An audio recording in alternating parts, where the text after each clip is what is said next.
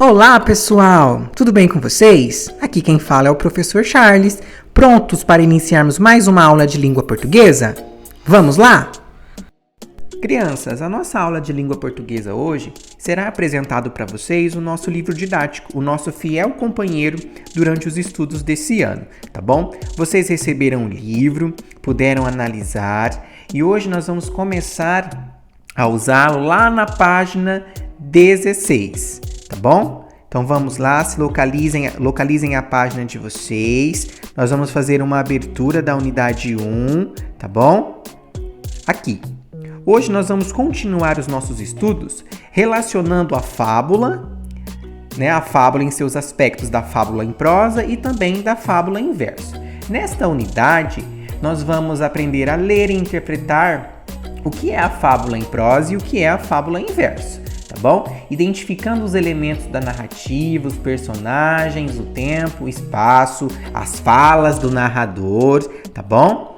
Nós vamos produzir alguns desfechos para algumas fábulas, algumas criações, tá? Também estudar a quantidade de parágrafos, estudar um pouco sobre pontuação, tá bom? Tudo isso fazendo parte dos estudos da unidade 1 do livro Ápice de Língua Portuguesa, tá bom? Vocês podem observar que nessas duas primeiras páginas da unidade 1 existem algumas crianças. E aonde é que essas crianças estão, pessoal? Essas crianças estão em um parque? Essas crianças estão em casa? Ou essas crianças estão em uma maravilhosa biblioteca ou sala de leitura, tá bom? Aí tem algumas perguntinhas para vocês poderem refletir acerca da abertura dessa unidade, tá bom? O que as crianças estão fazendo na cena? Você já ouviu a frase "gosto não se discute"? O que ela quer dizer? Será que há leituras para todos os gostos? Será, pessoal, que existe uma leitura específica para cada pessoa? Ou seja, uma leitura, um tipo de gênero textual que cada pessoa tem o seu preferido? Ou não? Ou é tudo igual? Todo mundo tem que gostar das mesmas coisas. Vamos pensar, hein? Eu acho que não. Eu acho que cada pessoa se sente atraído por um tipo e um gênero de leitura diferente da outra pessoa. O que pode acontecer é algumas características que fazem as pessoas gostarem da mesma coisa, tá bom? Do mesmo gênero textual, perdão.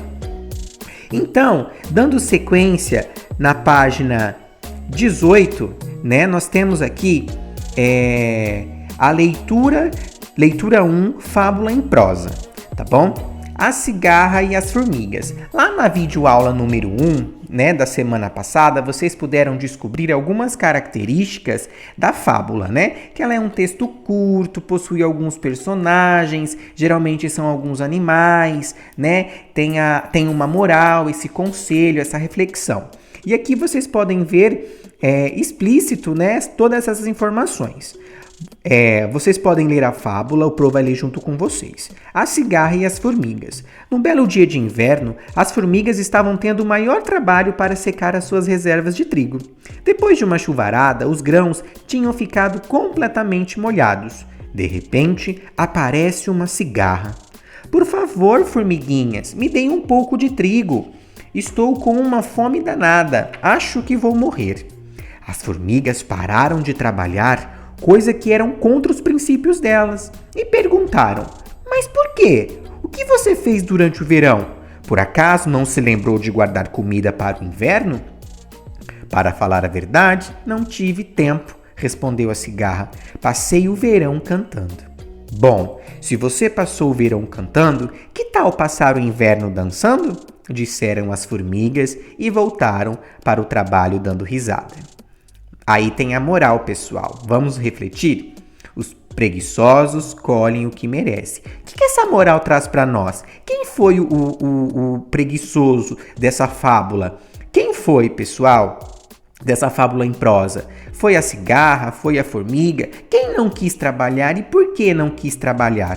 Tá bom? Lembrando que um ficou ao descansar e o outro personagem ficou exercendo sua função para ficar tranquilo quando chegasse a nova estação, que no caso aqui fica descrito como o inverno. Essa fábula é fácil de entender, vocês já estão carecas de escutar essa história, essa prosa, tá bom? Dando sequência, nós temos um lembrete de quem foi Esopo, tá bom? E a partir de agora, nós temos a leitura e interpretação de algumas questões, tá bom? Como, por exemplo, compreensão do texto. Atividade oral e escrita. Vocês podem ler minuciosamente com bastante atenção, o Pro só vai elencar com vocês as questões, tá bom? A número 1. Qual foi sua impressão ao ler o texto? O que te causou, pessoal? Causou algum tipo de reação, de sentimento? Tá bom? A 2, galerinha. Escreva em cada coluna o que é solicitado os elementos da fábula. Vocês vão tentar observar na fábula o que foi que acontecia em relação ao tempo, quando aconteciam os fatos da história. Tá? Pode ser em ordem, pode não ser em ordem. Depois, o lugar onde aconteceram os fatos da história. Os fatos aconteceram no bosque, aconteceram no jardim, aconteceram em uma casa, em uma vila, tá bom? E depois, a relação dos personagens. Quem foi que participou dessa história? Tá bom? Lembrando que tem que completar todas as coluninhas e as linhas. 3. Releia a fábula e observem no texto a fala do narrador e a fala do personagem, que é quem participa da história. O narrador é quem conta, tá bom?